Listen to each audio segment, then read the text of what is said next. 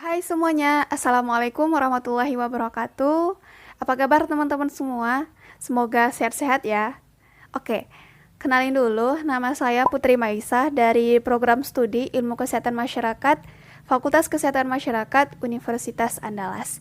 Salam kenal ya semuanya. Oke, di video kali ini saya akan membahas mengenai tentang sesuatu hal yang lagi trending dan ya bahkan menjadi pro dan kontra juga di kalangan pemerintah dan masyarakat kita, yakni mengenai kebijakan yang dikeluarkan oleh Pak Jokowi mengenai new normal. Wow, gimana nih menurut teman-teman?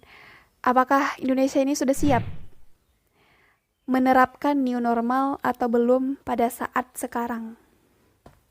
Komen di bawah ya teman-teman dan kasih alasannya kenapa. Oke?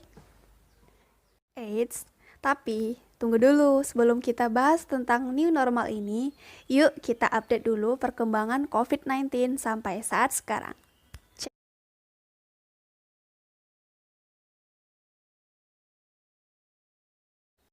Nah, kembali ke topik awal tadi mengenai new normal. Apa sih itu new normal? New normal adalah perubahan perilaku untuk menjalankan aktivitas normal. Maksudnya adalah perubahan perilaku kita yang diminta. Ya, mungkin kita yang dulunya pola hidupnya tidak sehat, tapi sekarang jauh lebih sehat untuk tetap bisa menjalankan aktivitas normal dan juga agar terhindar dari virus corona ini. Tujuannya agar perekonomian masyarakat ini tetap bisa berjalan, tapi virus corona ini tetap bisa ditekan seperti itu. Nah, jadi pelaksanaan new normal ini akan dilaksanakan di 4 provinsi. Ayo, provinsi mana aja nih? Yaps, yang pertama di DKI Jakarta, yang kedua Jawa Barat, yang ketiga di Sumatera Barat, dan yang keempat di Gorontalo dan 25 kabupaten kota. Dikerahkanlah sekitar 340.000 personil TNI Polri untuk mengawasi dan mengajak masyarakat untuk tetap patuh dan disiplin dengan protokol kesehatan. Oke nggak tuh? Keren kan? Nah, terus pertanyaannya nih, kapan sih mulai new normal ini? Kabar-kabarnya belum ada, masih dikaji lebih lanjut. Tapi kemarin tanggal 2 Juni 2020 saya sempat melihat pemberitaan di salah satu stasiun televisi di Provinsi Jawa Barat dan di Jawa Timur sudah mulai sosialisasi adaptasi mengenai new normal ini. Ini dia cuplikannya. Oke, sebelum dilaksanakannya new normal ini harus dipenuhi dulu nih. Ada 4 indikator harus dipenuhi sebelum dilaksanakannya new normal. Yang pertama adalah indikator reproduksi. Maksudnya di sini angkanya harus turun dan datanya harus valid.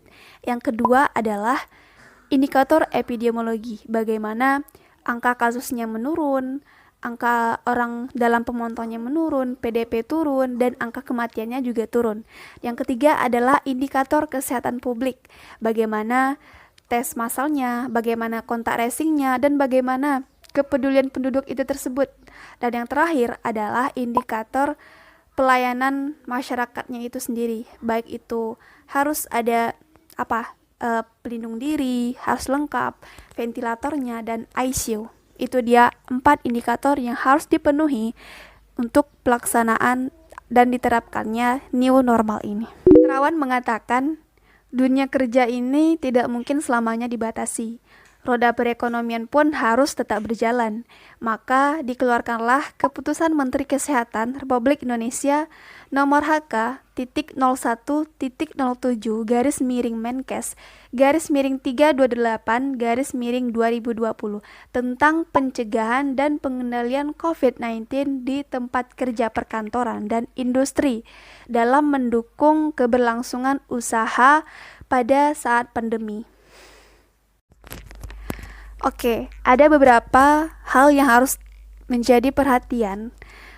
jika dilaksanakannya new normal ini. Yang pertama, para pekerja tidak boleh lelah dan tidak boleh lembur, dan juga tidak adanya shift. Yang kedua, jika adanya shift dan ataupun diharuskan memakai shift, maka harus ada aturan agar para pekerjanya itu kurang dari usia 50 tahun. Dan yang ketiga, wajib memakai masker. Oke, ini yang ditunggu-tunggu. Ada 4 protokol kesehatan yang wajib dipatuhi oleh para pekerja. Yang pertama saat di rumah, yang kedua di saat perjalanan, yang ketiga saat di kantor, dan yang keempat di saat sudah sampai di rumah atau sudah pulang dari tempat kerja. Yang pertama saat di rumah. Saat di rumah, usahakan daya tahan tubuh itu tetap fit dengan mengkonsumsi makanan yang bergizi dan seimbang. Tidur minimal 7 jam, dan usahakan aktivitas fisik selama 30 menit per hari dan berjemur di pagi hari. Kedua, saat di perjalanan, pastikan kondisi tubuh kita sehat. Jikapun sakit, demam, pilek, ataupun batuk, tetap tinggallah di rumah.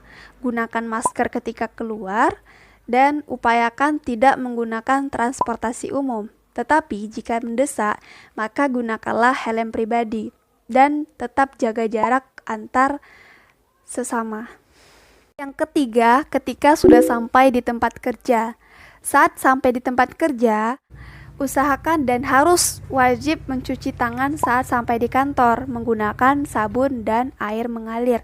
Jika tidak ada, maka gunakanlah hand sanitizer dan tetap jaga jarak antar sesama.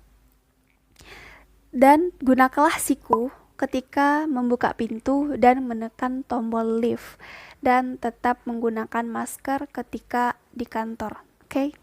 Dan yang terakhir, yang keempat adalah ketika sudah sampai di rumah atau sudah pulang dari tempat kerja. Jangan bersentuhan dulu dengan anggota keluarga. Mandi dan cucilah pakaian dengan deterjen, dan cucilah atau bersihkanlah kacamata, handphone, dan segala macamnya itu, benda-benda yang sudah dibawa tadi, menggunakan disinfektan. Oke? Nah, gimana? Sudah jelaskan semuanya? Oke, sekian dulu videonya.